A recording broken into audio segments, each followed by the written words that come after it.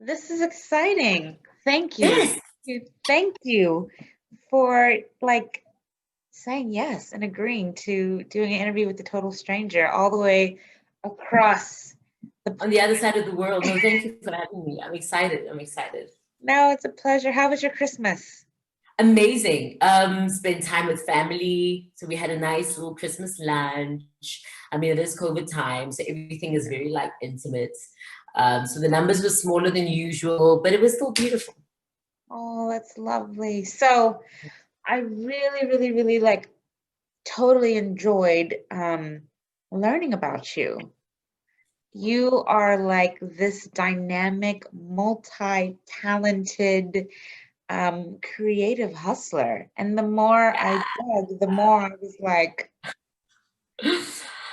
wow. And For the such nice crazy, words. Thank you. Thank no, you. no, seriously, the crazy thing is you started in something else.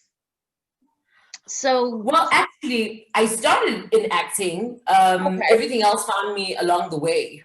It just so happened that way. But I mean, yeah, I found things that I fell in love with, and I mean, it's all within the arts. So to me, it makes sense. I know I've learned in the States, like everything is very compartmentalized. Mhm. Here not so much, which allows us to kind of diversify and do different things, which is really awesome. That is awesome. So before things became what they are today, what was the original dream? Because I really, I'm a believer that things start in the mind and then they manifest. So what was the original dream and thing that you thought about and really desired? I mean, this was the dream. Acting was the dream. It was sort of the first avenue I had within the arts. I did, drama at school, and it's sort of where it all began. Yeah, And like I said earlier, along the way, I met other things that I also fell in love with, and I also learned I was able to do. yeah, We didn't know speaking was like you could make that like a career. yeah, yeah, Something right. I learned along the way. I didn't even know I could speak well. I didn't know that was a thing. But yeah, you learn along the way that you can do things that other people apparently can't. Mm. So, I'm really intrigued by the statement you said about not being comfortable. Yeah, And I think that's really important. And it's a really hard thing to, it's easy to say and it's really hard to do. yeah. When is the first time in your career that you were just uncomfortable, but you pushed through? I mean, all the time. I think if you're comfortable, you're stifling your growth. When you're comfortable, you should start to worry because why are you comfortable? I think a lot of growth, a lot of learning comes within being uncomfortable. When Mhm. you do things that make you uncomfortable, you go out of your comfort zone and you stretch yourself. You learn how far you can actually go. Yeah. So for me, I think once I start to get comfortable or once something starts to feel like it's too easy, I Mhm. get wary of those things. I'm like, let me step away from this because this is becoming too easy. So I like a good challenge. Mhm. And it's with everyday life, I think. Yeah, yeah, yeah, yeah. Well, I think things in the arts and in this line of work, there's a lot of no's. There's a lot of um uncomfort that also comes with just um pushing that, it's sometimes it's really, really, really hard. So how have you pushed through the sting of no's and the sting of, let's call it, rejection at times? Yeah. I think it's being relentless in the pursuit of your dreams. I think it's almost like a next level understanding of what you're ordained to do. For me, it's an ordaining. So for me, there's no shadow of a doubt. There's no questioning. It's this is what I know and this is what I know for sure. And it's just a matter of time before everybody else catches up. Yeah. Um, and a no for me is the biggest yes you can give me because Mm, that's just gonna push me harder. Then I'm like, I'm coming at you. You're gonna regret this. yes. Yes. I completely Yeah, agree. Well, I yeah, was I was watching your interview you did with Steve Harvey about last year. yeah. Um, And I thought it was so well done. And it was so like, I just wanted to watch a snippet of it, and I ended up watching the whole thing. Oh, yay. And I just loved how he was trying to bring you into his family. I was like, where are we with that? Because, like if you are, I'm your new best friend, so that means I'm in the wedding. No, that's not happening. That's not. I thought that was so funny. But I also love that you mentioned to him that in South Africa, there is almost this, like, as the talent, the pay disparity is very, there's like a gap. And, he said, you've got to really put your foot down and stand up for what you want. And how, since then, or within your career, have you done that? Like, how have you navigated that experience? I mean, his advice, as great as it wasn't, I think, new for me or for any other person within the industry that watched the interview. We all want to put our foot down, but what I started to understand is the reason why others aren't able to put their foot down is because that's their only food. That's the only paycheck they're going to get for the longest of time. So I may put my foot down, but if I say no, somebody else is going to say yes because they haven't eaten in 6 months. So I don't know. It's going to take a very long time to kind of equalize that and to get to a point where we're all at an equal standing, where we're all earning and are able to then say no to whatever comes. Because some people don't have the luxury to say no to whatever comes. I don't know if that makes sense. It makes complete sense. I was also reading about your year. You've had quite a year, and and highs and some lows. Yeah. And I was reading about around March 3rd that you dropped the announcement that you were no longer going to do radio after 11 years. Yeah. Which is like, that was your baby. Yeah. Look, I believe everything happens as it should and everything happens for a reason. I may not have seen it then, but I think through the journey of just this year, I think I'm living proof of, if you believe in a higher power, trusting God always, girl. Yeah. Just trusting the process. And I think in times of disparity, we're all like, oh my gosh, what am I going to do? But it's all sort of lined up for you. And I would not have been able to do the many things that I was able to do in this year had I had that. That was going to get in the way of you and I probably wouldn't be speaking right now. Yeah. Trust the process is what I've learned in this year. As difficult as that was, I trusted the process. And it's also, that for me was also just standing up for myself and just standing my ground and, standing for what I believe was right. Well, for those on the state side who aren't familiar with what you mean by standing your ground, like what, and I know you got a lot of praise and a lot of support around that, but for those of us who aren't familiar with the situation, do you mind? Sure, without getting into too much detail, the premise of the story is it's what from my side anyway, it's what looked like people in a higher power or a higher standing trying to stamp their authority, trying to show you that they have the authority that they have, according to me, for no reason. And me saying, no, man, that's not going to stand. And it had been going on for too long. So I wasn't the first one. It had happened to a couple of personalities in South Africa. And I became a victim as well. For the longest of time, I was watching from the outside, like, child, that happened to you. And then it, happens to you. And then you're just like, actually, you know what? F this, like, deuces, I'm out. And look at God. Look at God, like, because it's been such a theme this year of just people really using their voice, people really saying, like, I'm not going to stand for this. Yeah. This is not acceptable.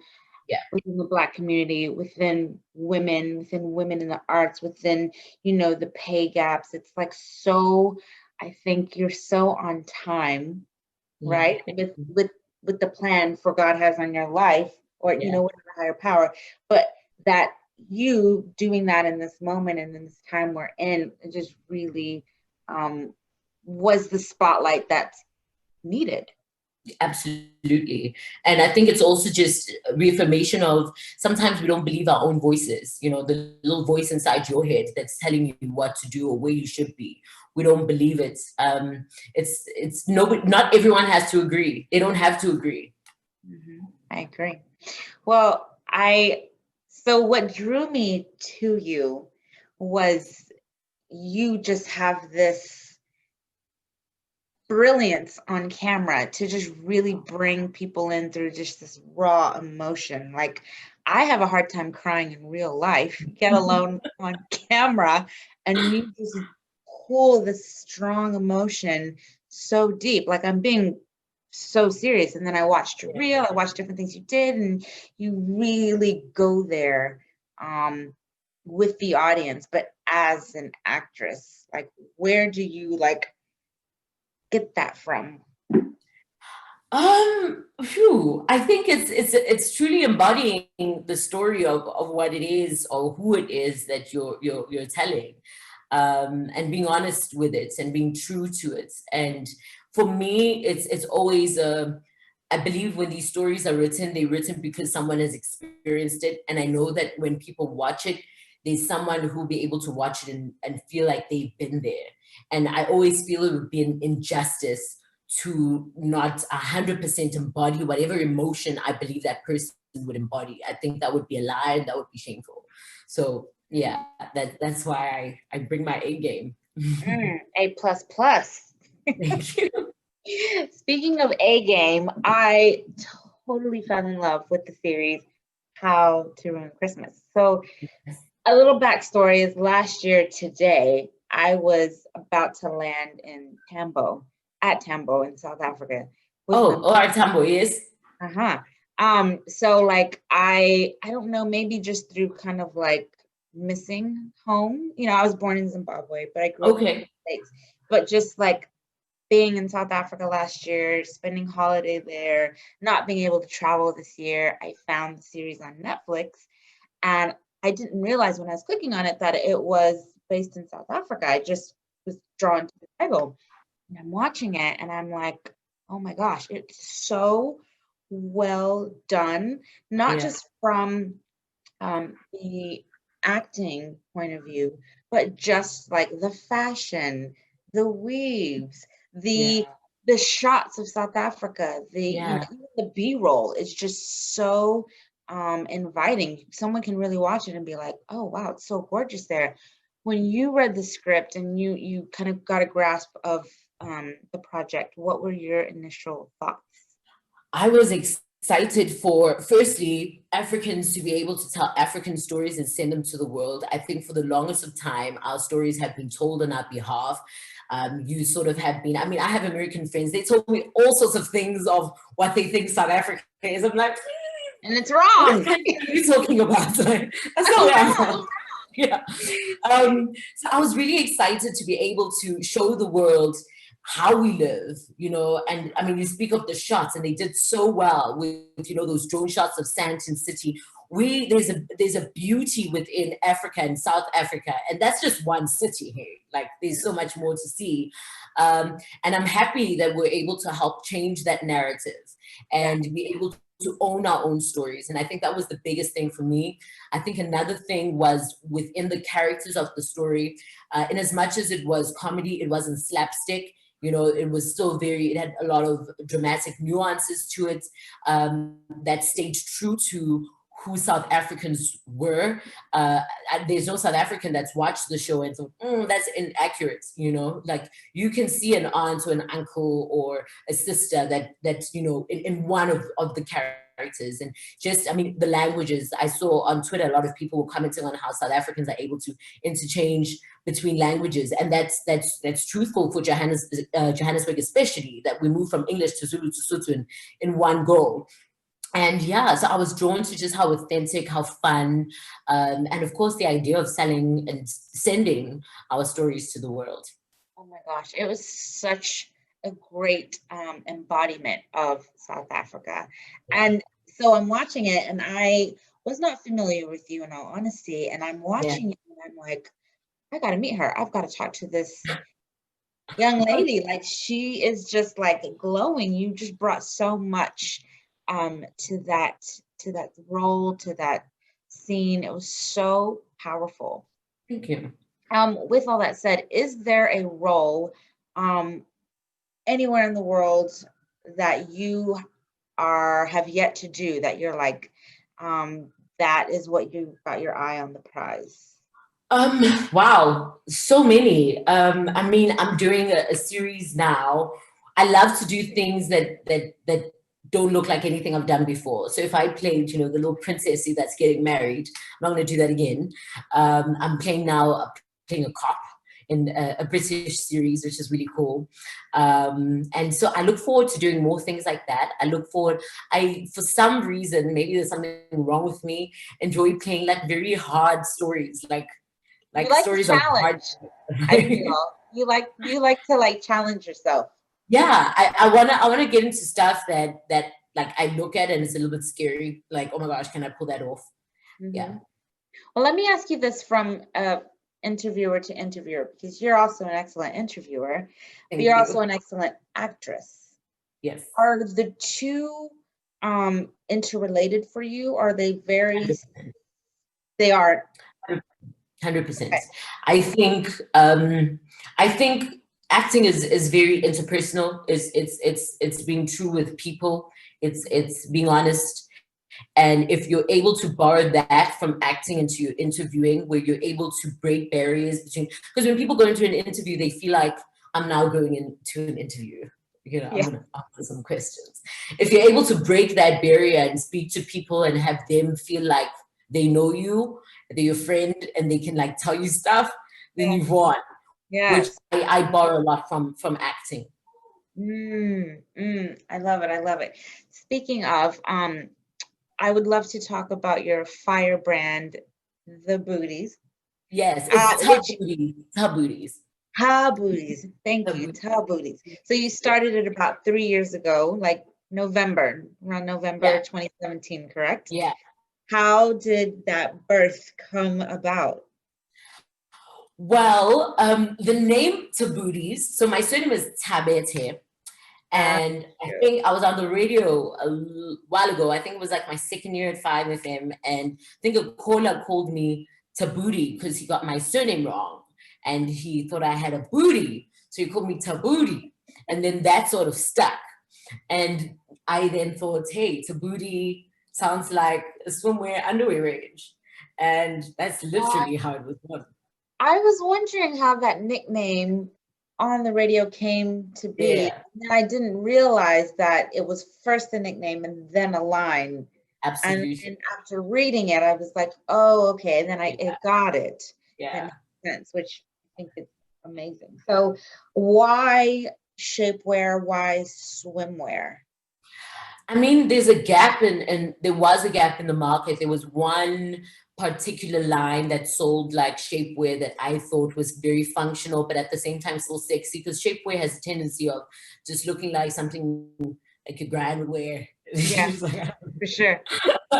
Yeah. So I thought, create something that is sexy, but also still functional and is able to maybe even supersede the functionality of the current shapewear that we have available in South Africa.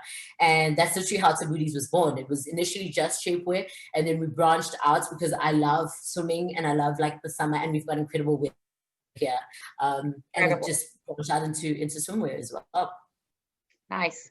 Well, I'm all about, I feel like media is the strongest tool for inspiration. It's the strongest tool for you get to be a voice.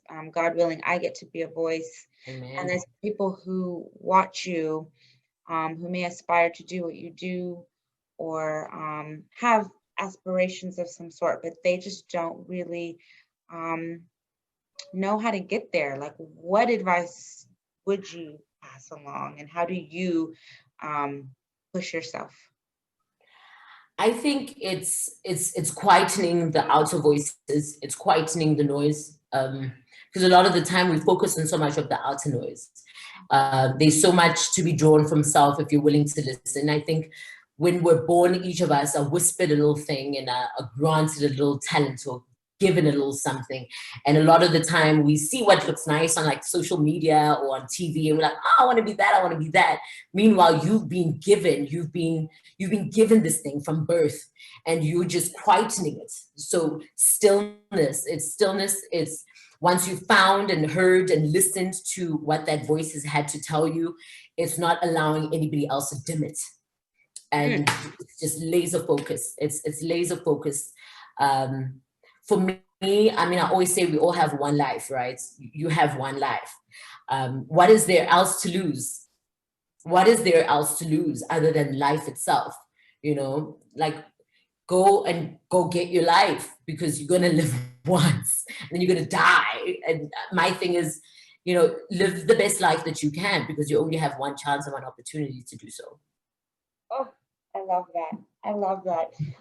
Well, speaking of living the best life, I really wanted to celebrate you, celebrate your series, celebrate you saying yes to your calling. I just feel like that's so so important. It's so vital, and I really want to do my best to inspire others to say yes to that thing, that whisper, that voice, right? So I wanted to bless 3 of your Instagram fans with 3 of your favorite Thabooty, right? Did I say okay? Booties, yes. Thabooties. I'll get there. With 3 of your Thabooty pieces that I would love to bless 3 of your friends. So you pick it out. We'll figure out on the back end how to set it up on IG. But I think, you know, I would love to start 2021 on an uplifting note. And, you know, it's the season of giving, and I love giving. So I love this. Yeah, it would I love this. So, yeah, it would be so fun. So thank you so much. This was such a great opportunity and experience. And I want to encourage everyone to watch the series, How to Win Christmas, the wedding, you know, while you have time on your New Year's Eve. Please tell everyone to watch. Tell everyone. Watch. Everyone. It's really good. It's really funny. It's relatable, even no matter where you are in the world. It's just, you know, it's definitely relatable. We all have that family, that moment, that Christmas, that crazy wedding story. So, and it celebrates Black people. You know, it celebrates. I think there was a review I read where it said, for the longest of time, Black people were told you can't be in this space if you're dressed like this. You know, like Africans were told if you're wearing African attire, you shouldn't be wearing African attire. You should be wearing a suit. You know, if you're coming in court, wear a suit. And what this series shows you, doesn't matter where you're from, doesn't matter who you are, you belong in any space, anywhere. You belong. Yes. I mean, it's so well done. Like, hats off to all of you, the team. I'm so thankful for the opportunity to just pick your brain on it. It's great. Thank you for having me. I'm really honored. I'm excited. Thank you. Thank you. No, my pleasure.